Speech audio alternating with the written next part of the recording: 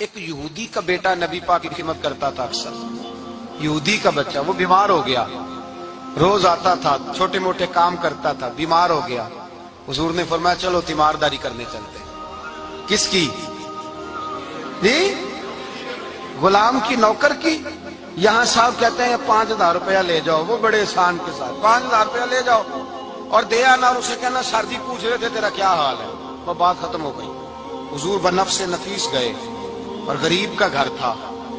وہ یہودی باہر نکلا جس کا بیٹا بیمار تھا, تو کہتا جب دروازے پہ میں نے مسلمانوں کے نبی کو کھڑے دیکھا تو میرے پیروں تلے زمین ہی نکل گئی.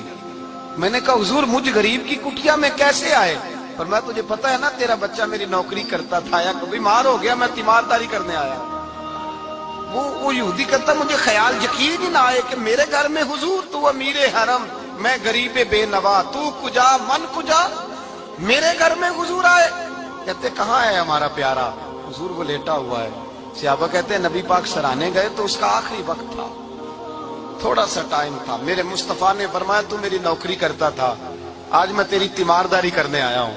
غلاموں سنو, جو رسول اللہ کی نوکری کرے آخری وقت آئے تو اللہ کے رسول پہنچ جایا کرتے ہیں, حضور پہنچ جایا کرتے ہیں.